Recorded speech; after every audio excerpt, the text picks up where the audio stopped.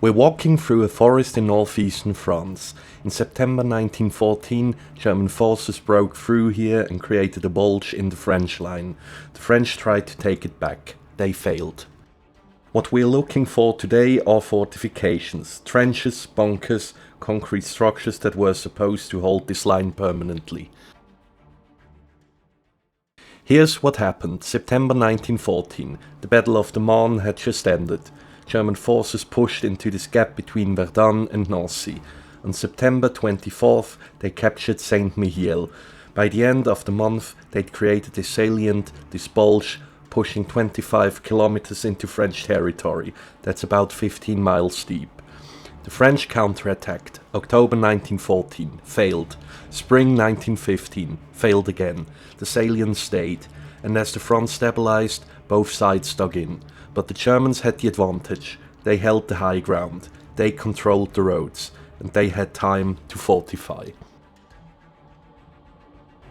For 4 years, this section of front barely moved. The trenches we're walking through today, these are the German first lines.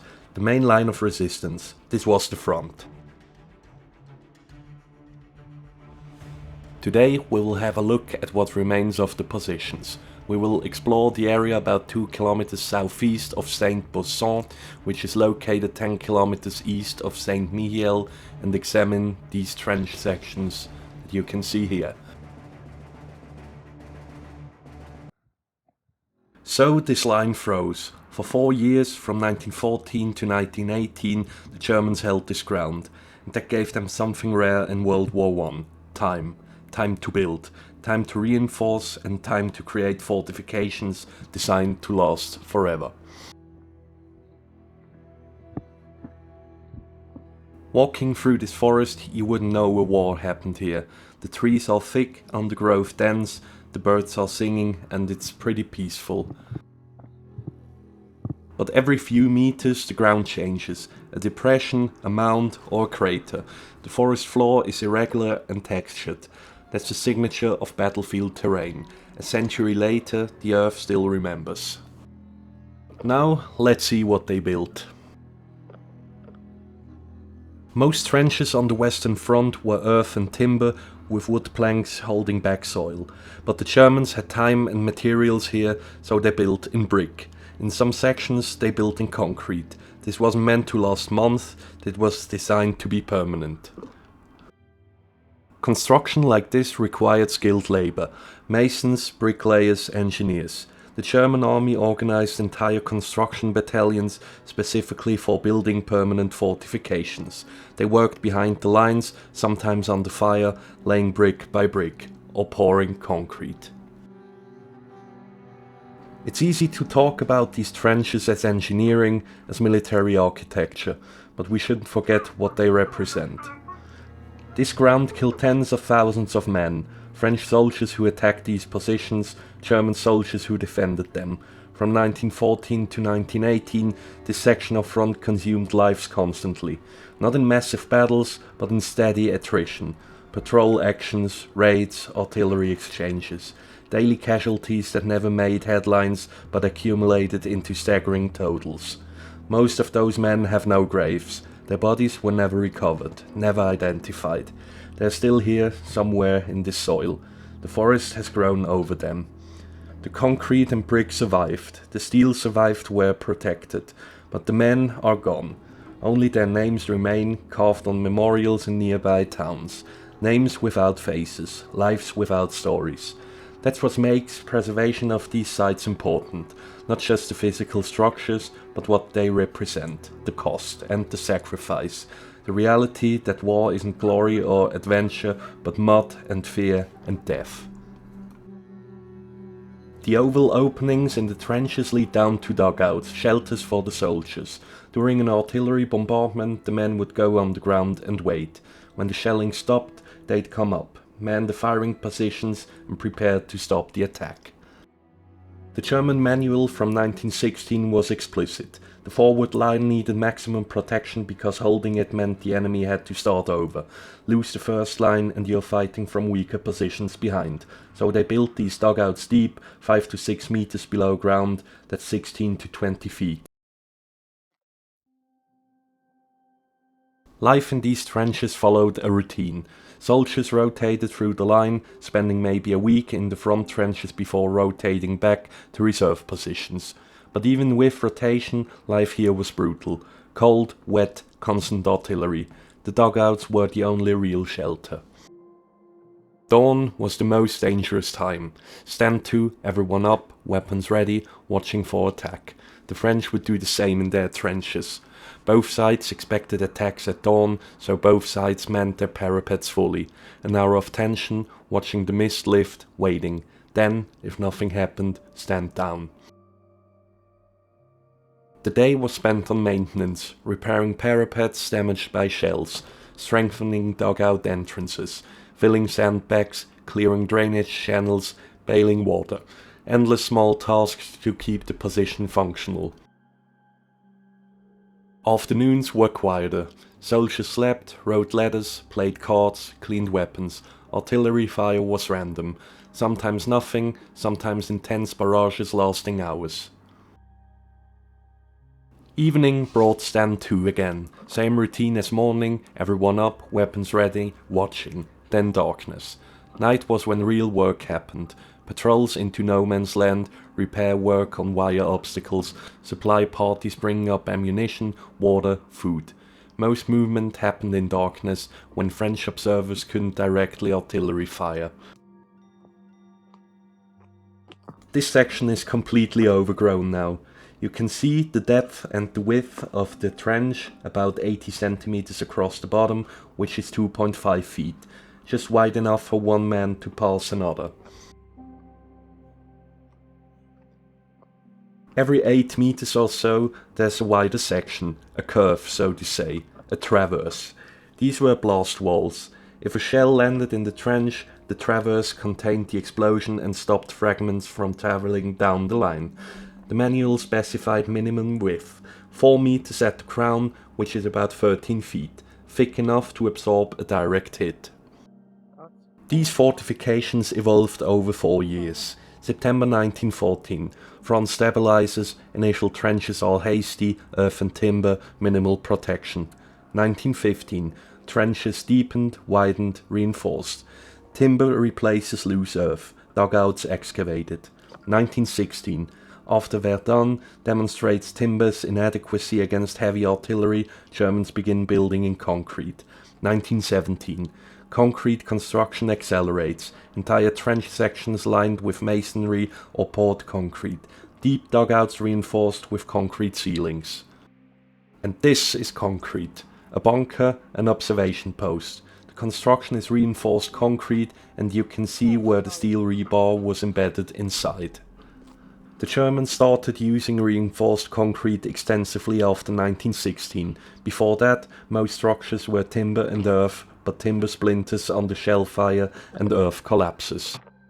This is what they would have seen: barbed wire stretching across the front, shell craters and dead ground, and somewhere beyond that, the French lines. Observers worked in shifts, 2 hours on, 4 hours off. 2 hours doesn't sound like much, but staring at empty ground for that long, completely alert, knowing a sniper might be watching your position, was mentally exhausting. The concrete protection helped, but observation slits had to be open, and open meant vulnerable.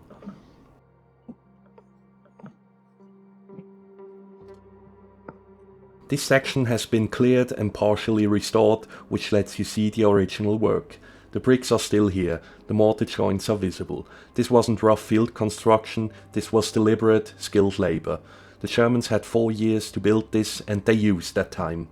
The walls are perfectly vertical, which isn't easy to achieve by hand. It requires formwork, careful leveling, constant maintenance. But it also means these trenches didn't collapse under every rainstorm.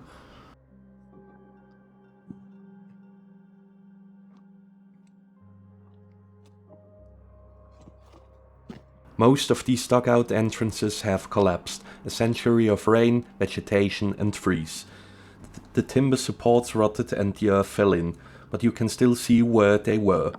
The Germans placed them directly under the firing line, so the garrison didn't have to move far when an attack came. In those moments, seconds mattered. But this is just the front line though. There were more lines behind this, a second line, a third line, where reserves waited. We'll see parts of that system soon, but first we need to understand the bigger picture of what happened here. I've been recently asked why I don't crawl into dugouts. Well, if you appreciate your life, stay on paths, don't enter underground spaces. Trenches are stable where visible, but hidden sections can collapse. Dugouts cave in and concrete roofs fall. This section here has been reconstructed with modern timber, showing what the original wood revetments would have looked like. In 1914 and 15, most trenches here were like this. Wood planks, wooden stakes, earth backfill. It worked, but it required constant maintenance. The wood rotted, trenches collapsed, sections had to be rebuilt every few months. That's why the Germans eventually switched to masonry and concrete. They wanted permanence. Ernst Jünger described the shelters German soldiers lived in during the static warfare of early 1915. These dugouts, they were holes carved into the chalk, open toward the trench, covered with a layer of boards and a few shovels of earth. When it had rained, they dripped for days afterwards. A certain gallows humour had given them names like Dripstone Cave and Man's Bath. If several men wanted to rest in them, they were forced to lay their legs into the trench as infallible tripwires for anyone passing by. Under these circumstances, naturally there was little question of sleep during the day either. This was early 1915, before concrete and before deep shelters.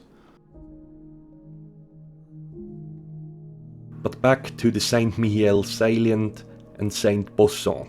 The French tried repeatedly to break through. Attacks in 1914, attacks in 1915, smaller operations in 1916 and 17. Everyone failed, and there's a reason why. The Germans didn't just build one line here. They built 3 complete defensive lines, one behind the other. The first line, where we are now, then a second line, 100 to 150 meters back. Then a third line, another 150 meters behind that. Each line had trenches, dugouts, machine gun positions, observation posts. Each line had barbed wire in front, multiple belts of it, 10 meters deep or more. And behind all of that were support positions, strong points with interlocking fields of fire. The concept was defense in depth. If the French broke through the first line, the second line would hold. If they took the second line, the third line would stop them. And even if they broke through all 3, the support positions behind could contain the breakthrough until reserves arrived for a counterattack. The French practically ran into a death trap. French casualties trying to take the salient were brutal. From 1914 to 1916, approximately 60,000 French soldiers were killed, wounded or missing in attacks against these positions. The Germans suffered about 45,000 casualties defending them, but the line held. Eventually, the French stopped trying. They gave up. They knew these positions were too strong, so they waited until the Americans arrived in 1918. We're following the line now, moving along what was the front. These sections are completely buried. You can see the depressions, the linear patterns in the ground, but you'd never know what they were unless you were looking for them. Every 50 meters or so, there's a larger depression. Those are where the dugouts were, underground shelters. Some were shallow, just protection from shell fragments, but others were deep, 5 or 6 meters down, excavated like mine shafts with timbered ceilings and multiple chambers. A deep dugout could hold 8 to 9 men with bunks, storage and ventilation. They could survive down there for days if necessary. How do these fortifications compare to the other Western Front positions? In construction and quality, they're among the best, even if this section here doesn't look like it. The masonry work, the concrete thickness, the dugout depth, the density of defensive lines comparable to the strongest German positions anywhere. Verdun, Chemin des Dames, the Hindenburg Line all had similar fortifications. But Saint Mihiel is less famous. Verdun dominates historical memory of this region. The Somme dominates British memory. The Argonne dominates American memory. Saint Mihiel is known but not iconic. Partly because fighting here was less intense, no sustained offensive like Verdun, no grinding attrition like in the Somme. The front was static for 4 years, but relatively quiet. Patrols, raids, artillery exchanges, no massive battles.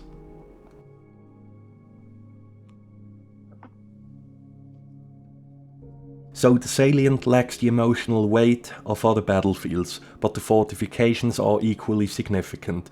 They show the same engineering, same military doctrine, same determination to hold ground permanently.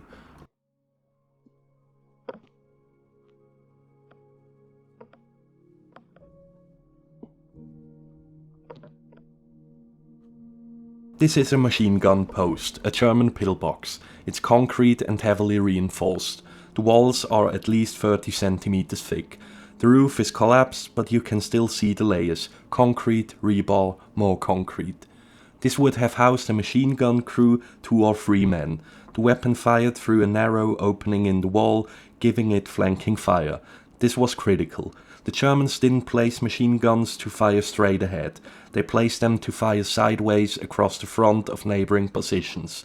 That way, if the French attacked one section, machine guns in the next section could hit them from the side. Enfilade fire, it's devastating. A German MG08 machine gun could fire 400 to 500 rounds per minute. In a concrete position like this, protected from return fire, a single gun could stop an entire company of attacking infantry. That's why these positions were built so strong.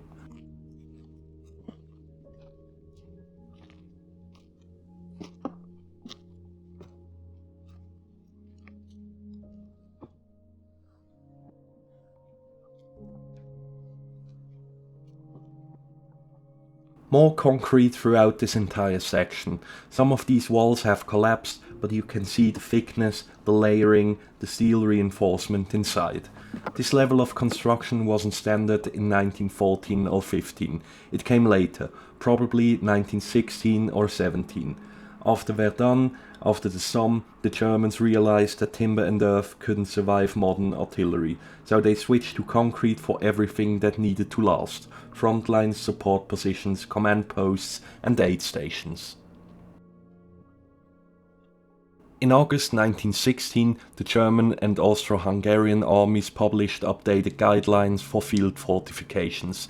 The manual specified exact standards: trench depth minimum 2 meters, concrete thickness minimum 50 to 80 centimeters for shell-proof structures, steel reinforcement required for all bunkers.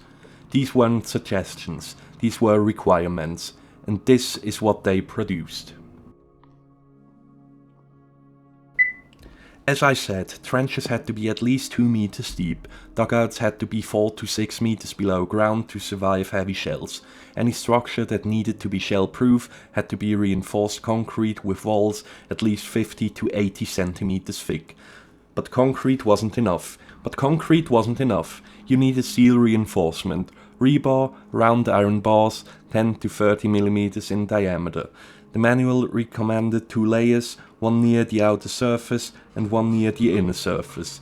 That way the concrete could handle both compression and tension when a shell hit.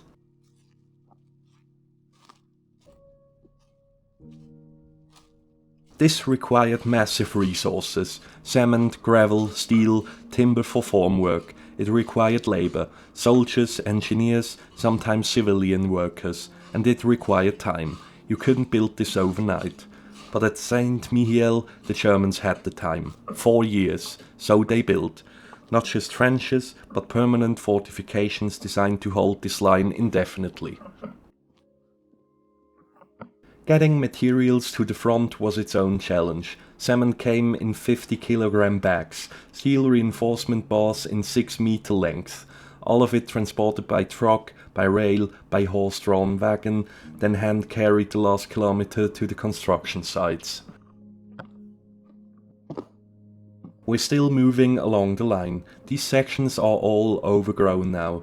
Trees growing in the trenches, bushes filling the entrances. Nature reclaiming the ground. But the structure is still here. Under the vegetation, under a century of soil and leaf litter, the trenches are still cut into the earth.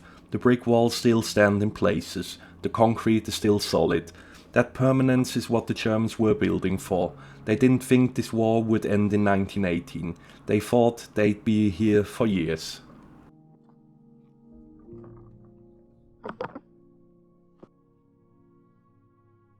These trenches are flooded. The concrete is intact, which means the water can drain through the walls, and there's no functioning drainage system anymore, so it just pools here. This was a serious problem during the war. Flooded trenches became unusable. Men couldn't stand in water for days without medical issues, the trench foot, and infections. So the Germans built drainage systems, channels with steady slopes to move water away from the trenches. They installed pumps, mechanical and electric, for when drainage alone couldn't keep up. But those systems are long gone now. The channels are clogged. The pumps rusted away decades ago. So the water sits. This section is the best preserved we've seen. The masonry and concrete is intact, walls perfectly vertical, brickwork clean and sharp. You can see every mortar joint, the way each brick was laid. This wasn't just functional, this was craftsmanship. We're in a clearing now with open ground around the trenches. During the war, this would have been cleared for fields of fire. The Germans needed to see no man's land, needed clear sight lines to the wire obstacles, so they cut trees, cleared brush, flattened the ground. Now the grass has grown back, the forest returns at the edges, but the trenches remain, still visible and still intact.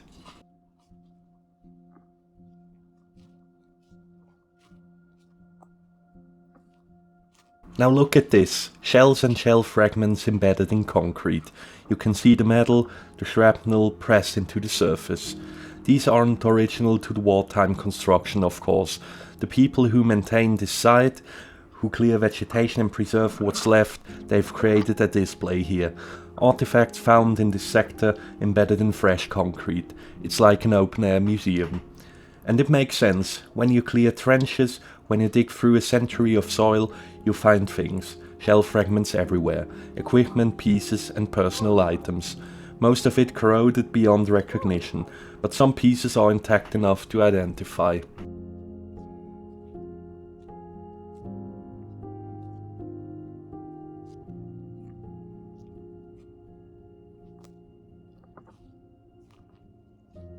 And here's more. A helmet embedded in concrete, and wire cutters, tools for cutting through barbed wire obstacles, along other tools. These were found somewhere in this sector, maybe in a collapsed dugout, maybe buried in the trench floor, maybe scattered in the forest. And rather than store them away in a depot, the preservation group set them here, locked them in concrete where people can see them, where they're part of the landscape again. It's an interesting choice. Some would argue artifacts belong in museums, in climate-controlled storage, properly catalogued. Maybe they're right, but there's something about seeing them here, in context, that makes them real. This helmet was worn by someone who fought here. These wire cutters were used on obstacles like the ones that stretched across this ground. Context matters. Maybe important to mention, these grounds are maintained by pupils from French and German schools as part of various projects.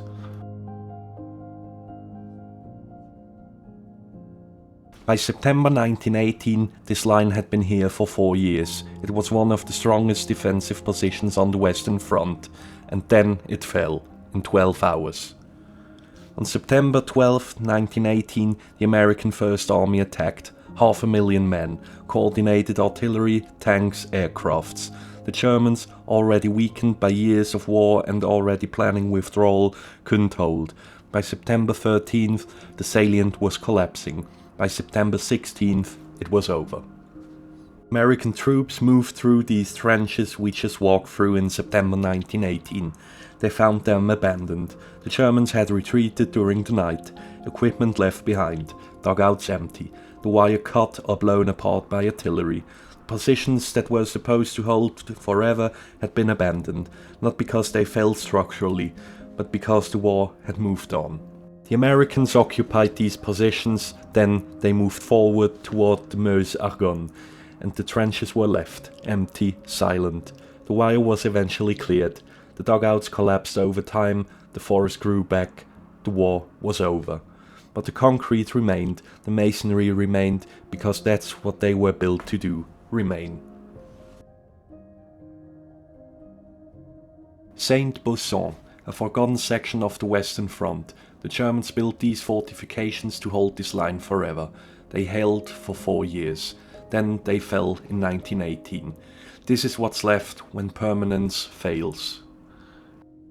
If you want to see more from this region, I've made videos on Bois-le-Prêtre and the Saint Mihiel Salient. Links are on screen now. If you found this interesting, leave a like, subscribe for more forgotten history, and let me know in the comments, have you visited any World War I sites? Have a wonderful week and see you.